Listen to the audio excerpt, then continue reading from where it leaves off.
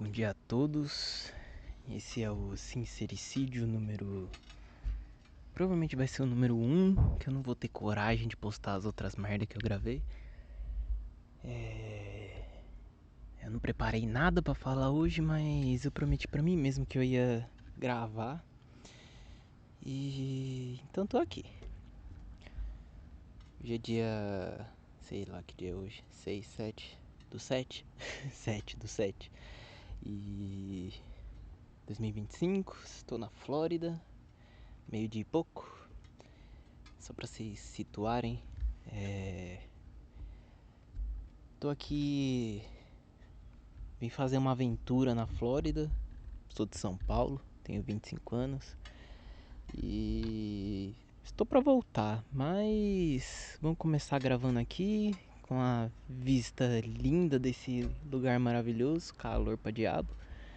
Mas enfim, hoje eu queria falar pra igreja.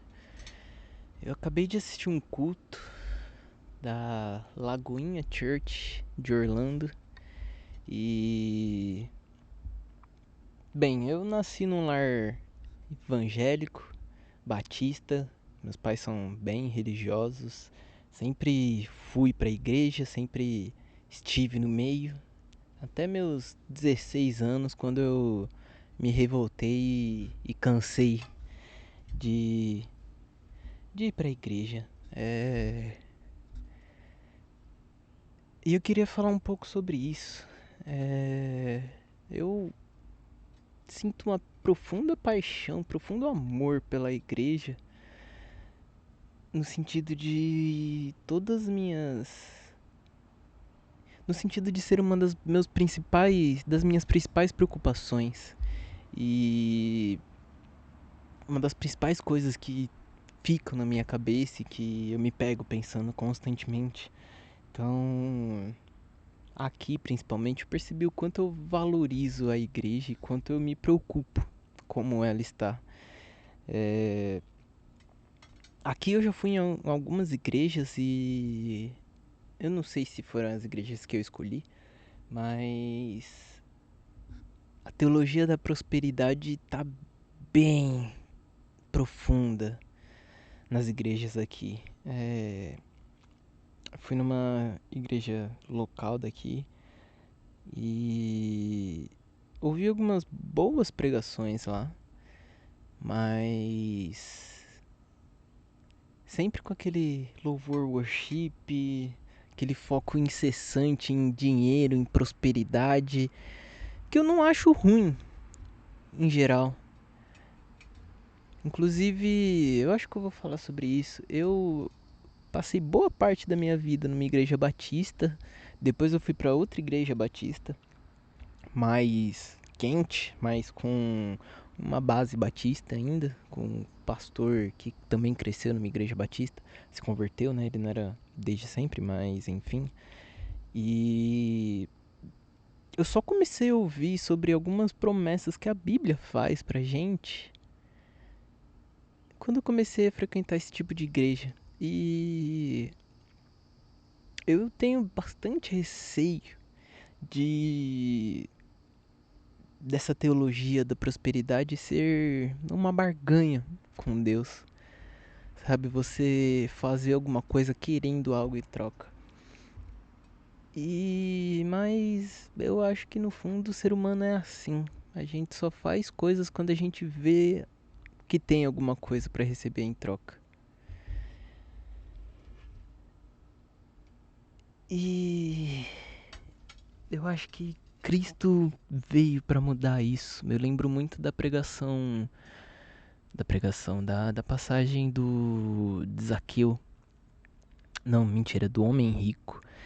Ele fala que ele segue os profetas, que ele respeita as leis, que ele lê, que ele ora, que ele segue tudo certinho. E aí ele chega para Jesus e fala: "O que eu faço para ser salvo?" Quer dizer, o cara ele seguia tudo o que estava ao alcance dele ali na época, todo o conhecimento, toda a lei que estava pro povo ali na época. E mesmo assim ele não. Ele sabia que não. De nada adiantava daquilo. E Jesus fala pra ele: abandona tudo e me segue. Mesmo seguindo todos os preceitos, todas as leis, todas as regras certinho, não adianta de nada se você achar que depende disso, que depende da sua ação. Porque nada que a gente faça vai pagar a merda que a gente fez. Nós nascemos corrompidos pelo pecado desde cedo. Desde cedo. Eu lembro do meu sobrinho quando ele nasceu. O menino tinha 3, 4 meses e você já viu um coração podre ali. Não que ele é podre em si, mas você já via traços podres ali. É uma carência infinita, é uma inveja, é um egoísmo, sabe, são vários traços que a gente nasce com, não tem nem muito o que fazer. E mesmo quando a gente transforma a nossa vida, tenta fazer o bem, tenta seguir pelo caminho certo, normalmente a gente faz isso porque queremos receber algo em troca. O que você mais vê hoje em dia são igrejas pregando, inclusive a minha. Bom, vamos voltar que eu cliquei em coisa errada aqui, mas voltando no que eu estava dizendo, o que eu mais vejo, inclusive na minha igreja, são cristãos que acham que as suas ações vão levar eles para o céu. A gente vê muito isso em igreja católica.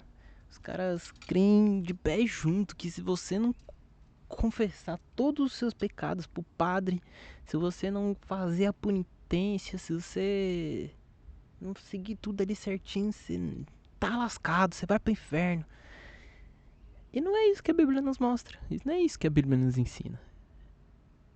A gente vê Dimas do lado da cruz, ali no ato, na morte dele, olhando Jesus e falando: Pai, me salva, me salva, eu sei que eu não posso fazer nada. E Jesus vira pra ele e fala: hoje mesmo você estará no paraíso comigo. O cara não teve tempo de fazer uma ação boa. Não teve. De demonstrar a sua fé. Porque, de fato, a Bíblia fala que uma fé sem obras está morta. Porque a partir da sua fé, suas obras são mudadas. E o que a gente vê hoje em igreja, em vários lugares, de todas as denominações, católica, protestante, é o oposto disso. É você querendo que mudar, se santificar e aí sim se entregar a Deus e para ser salvo. Mas na Bíblia é o oposto que Jesus prega. Primeiro você vem até mim, você se assenta, você ouve o que eu tô falando e a partir disso a sua vida vai ser mudada. Eu tava vendo um debate de judeus contra cristãos esses dias, na Inteligência Limitada, se vocês quiserem pesquisar. E o judeu tá perguntando pro cristão lá. Ele pergunta algumas vezes. E ele fala: se Jesus morreu para os seus pecados, se ele limpou os seus pecados, de que adianta o cristianismo se a pessoa não vai mudar de vida? E de fato, a gente tem muitos cristãos por aí que não tem uma vida renovada. Fala que acredita, mas continua com os mesmos vícios, os mesmos pecados, a mesma conduta, não muda nada. E, de fato, a fé sem obras é morta.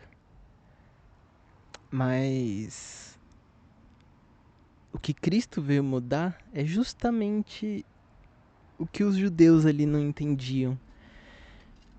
Deus não quer que você faça o bem para receber algo em troca. Ele não quer que você faça o bem porque você quer se salvar. Ele não quer que você faça o bem porque você vai receber alguma coisa em troca. E aí eu volto, conecto a teologia da prosperidade. Você não vai. Deus não quer que você faça o certo pra te abençoar. Quer dizer, me entendo, ele não vai esperar você ser santo pra te salvar. Porque você não vai conseguir. E se você faz coisas esperando que isso te torne santo, Isaías fala, Deus vê nossas ações de justiça como trapos de imundícia. É só uma roupa imunda que você usa pra tentar parecer alguma coisa melhor. Mas aí dentro que precisa mudar. É aí dentro, é o seu coração que precisa mudar. E só com a lei não é possível fazer isso. Eu nasci numa igreja batista. E lá era lei, lei, lei, lei, lei, lei, lei. Eu fui entender que Deus tinha um poder de encostar na minha vida, de transformar a minha vida, de agir na minha vida, depois que eu saí da igreja. Eu comecei a ir num acampamento do Palavra da Vida. E lá eu comecei a ter mais informações de uma outra perspectiva, mais carismática, né? E lá eu comecei a ver, caraca, Deus encosta na minha vida, Deus mexe, Deus age sobre a minha vida.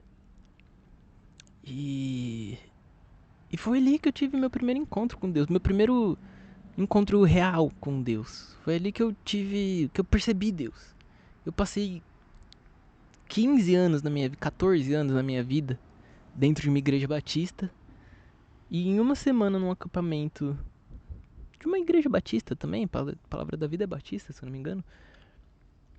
Um pouco mais carismática, mas foi só fora que estralou o negócio dentro de mim. E eu acho muito triste isso. Porque eu passei anos numa igreja com a fé morta. É morta. Você vê atitudes? Vê atitudes. Mas são atitudes egoístas. São atitudes que querem trazer glória pra si. Eu não quero focar em falar mal daquela igreja. Eu respeito muito aquela igreja. Mas me ensinou toda a base teológica que eu tenho.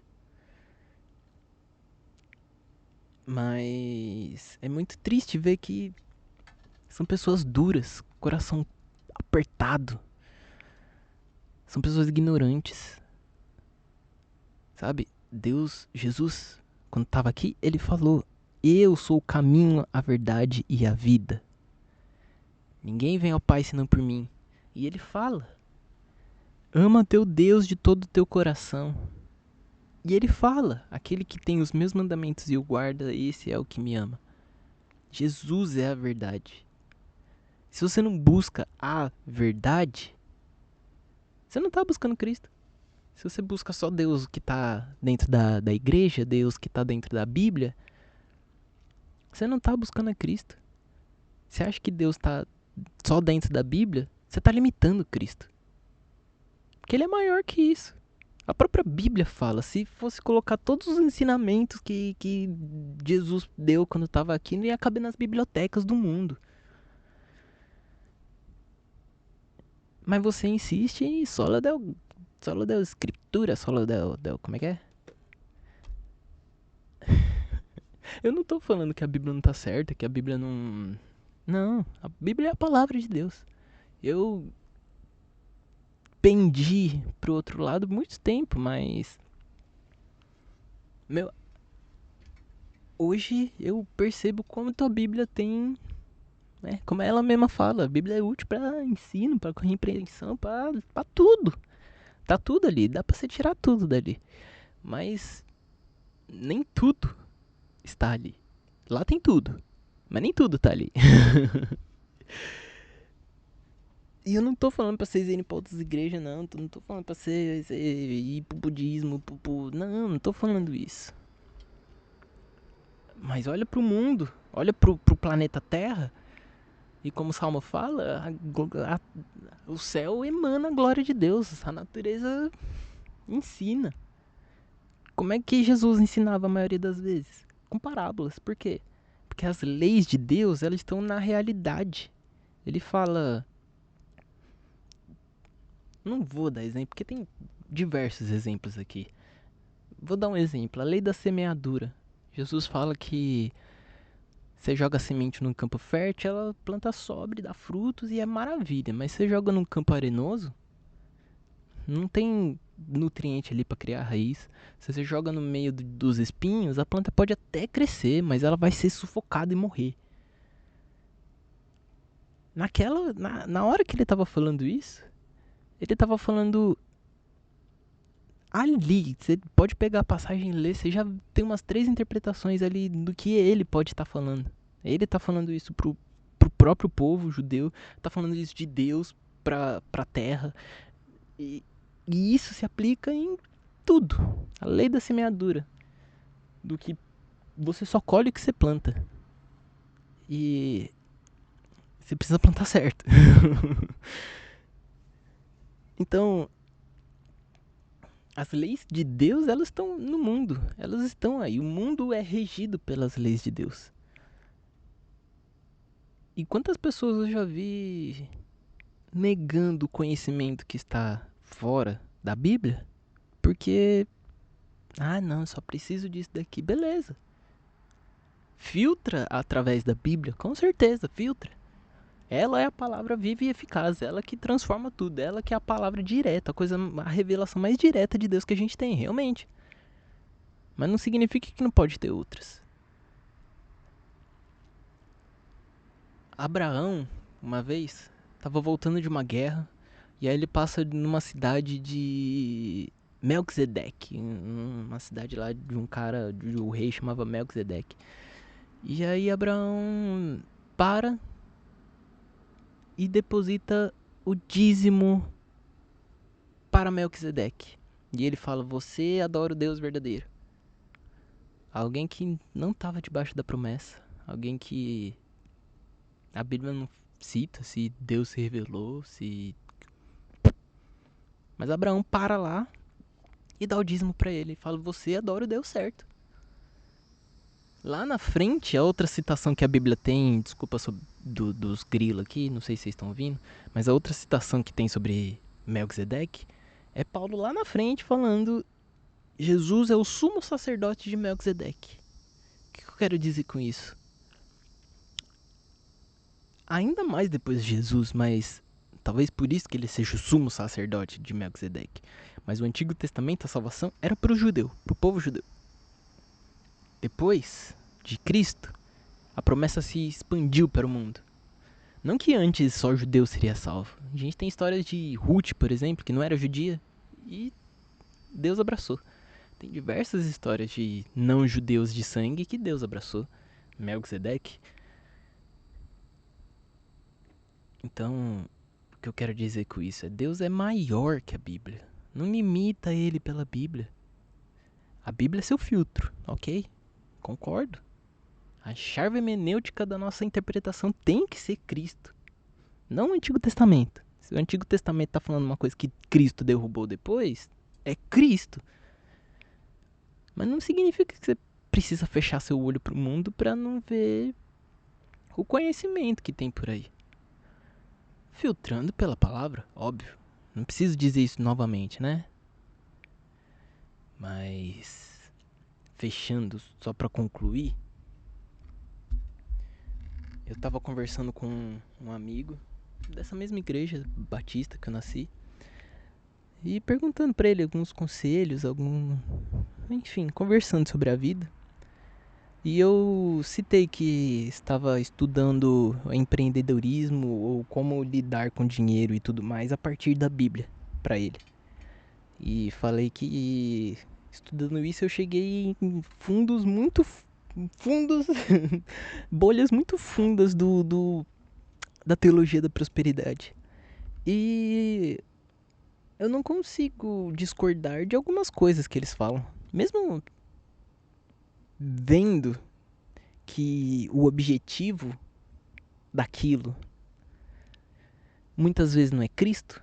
O que eu quero dizer com isso? O cara entrega a sua vida, faz tudo, dá o dízimo. Por quê? Porque ele quer ser abençoado, ele quer ele rico. Eu vejo muito isso. De fato, tem.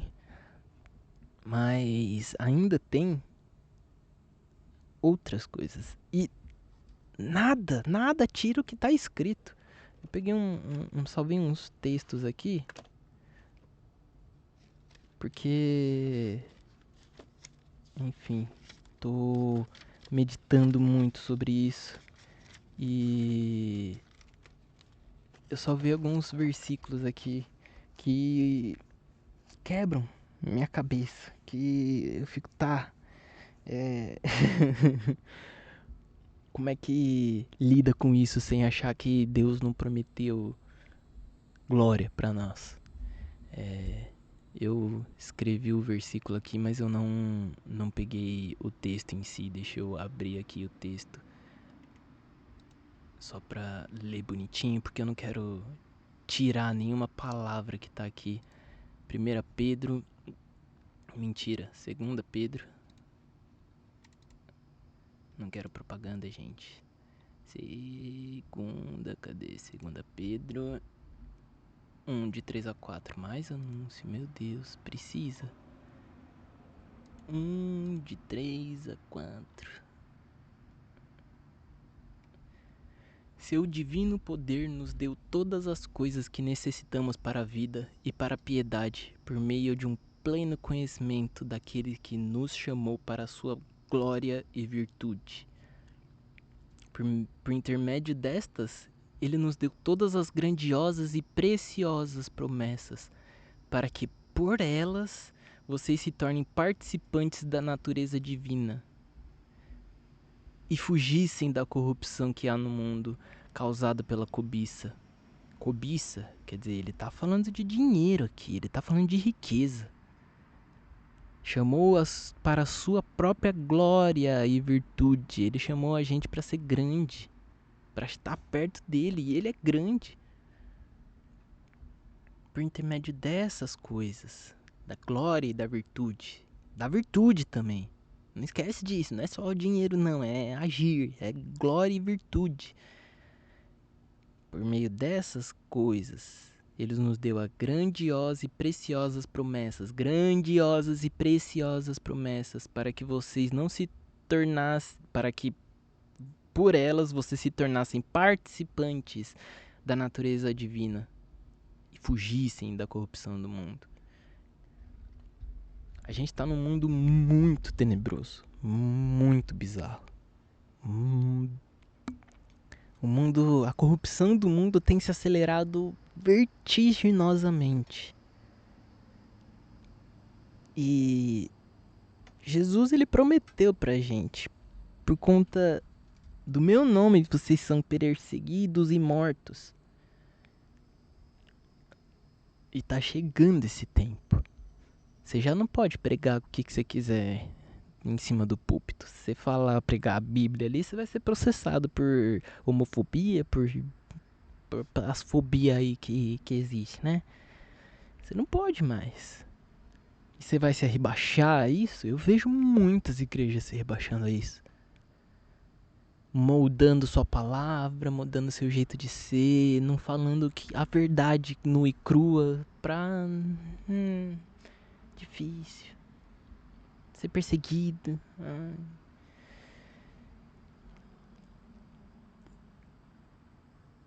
Mas se você não tá sendo perseguido, se você não tá sendo odiado, se você não tá incomodando as pessoas, não por chatice, não por ser um saco de pessoa, não é por ser idiota, não é por ser...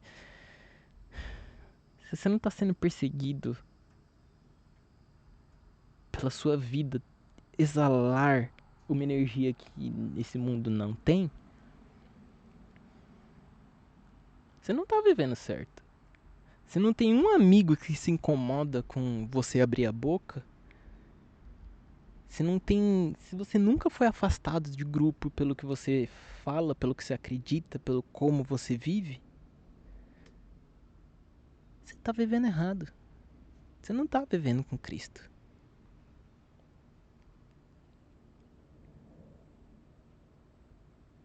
Sabe qual foi o principal motivo de eu sair da igreja?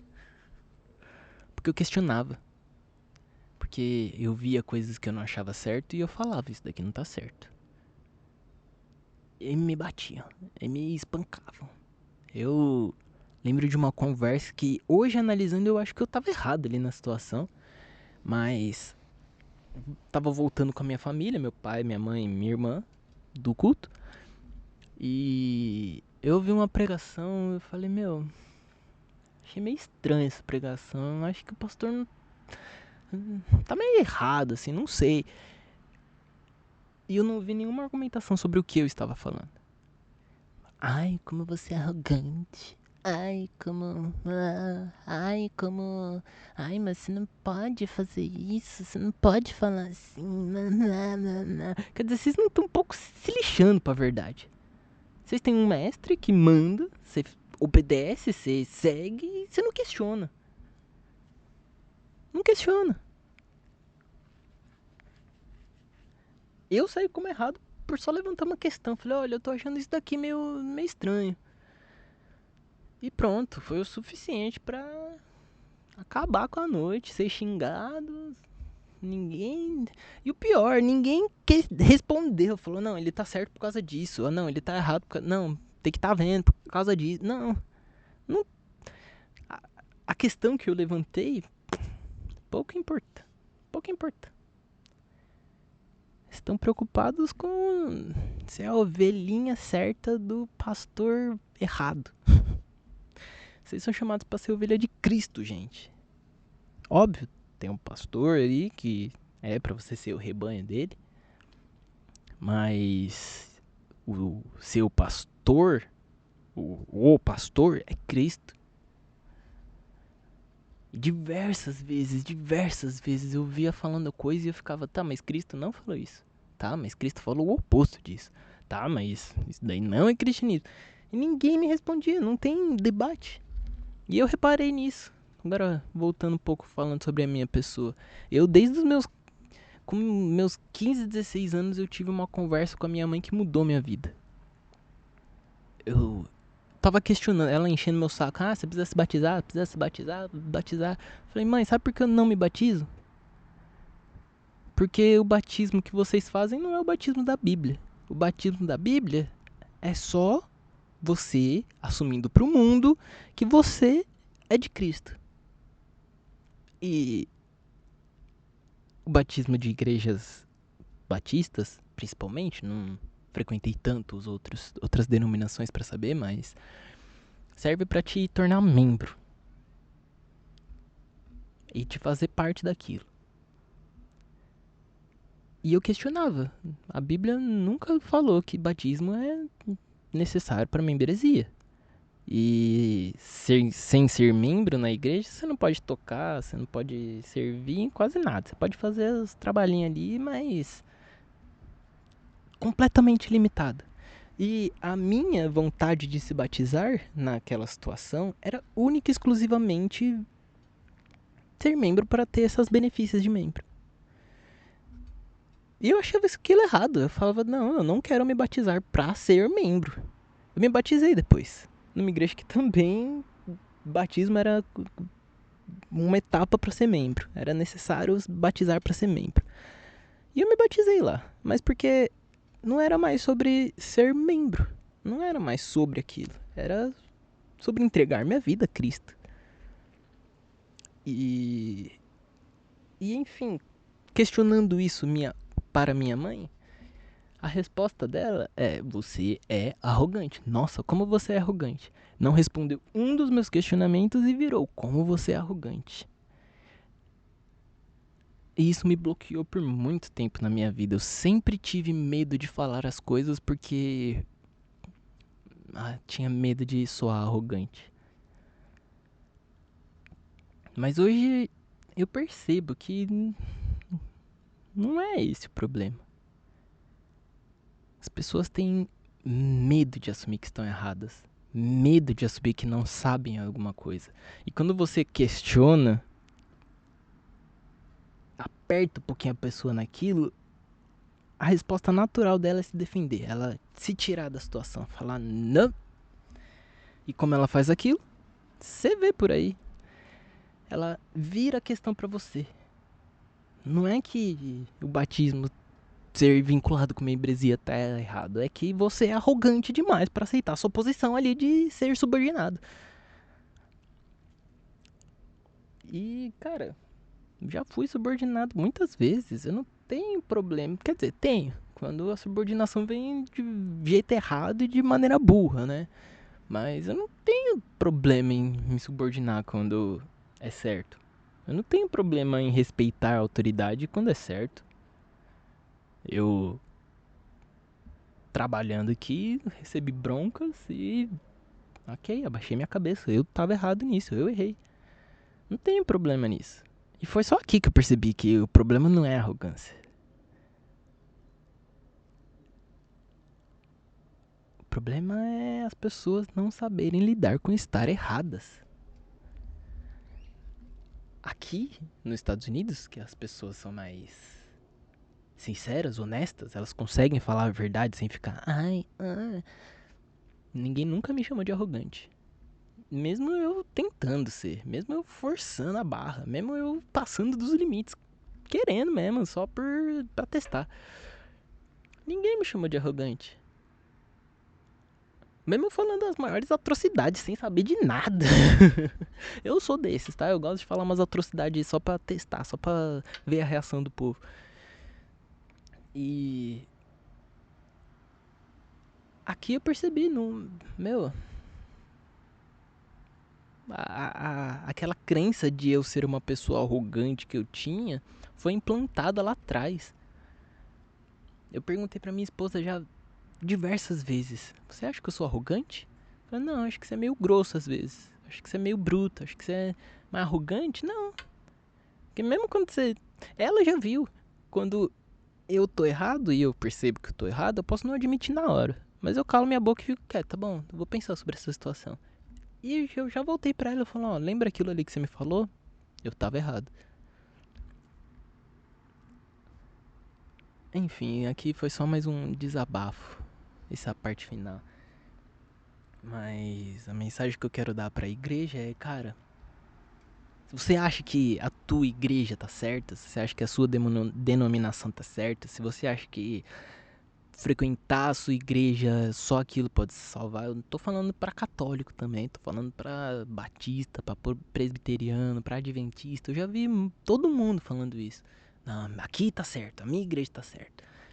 Se você realmente acha isso e acha que só a sua igreja tem o poder de salvar, você não tá acreditando em Deus. Você não tá acreditando em Cristo.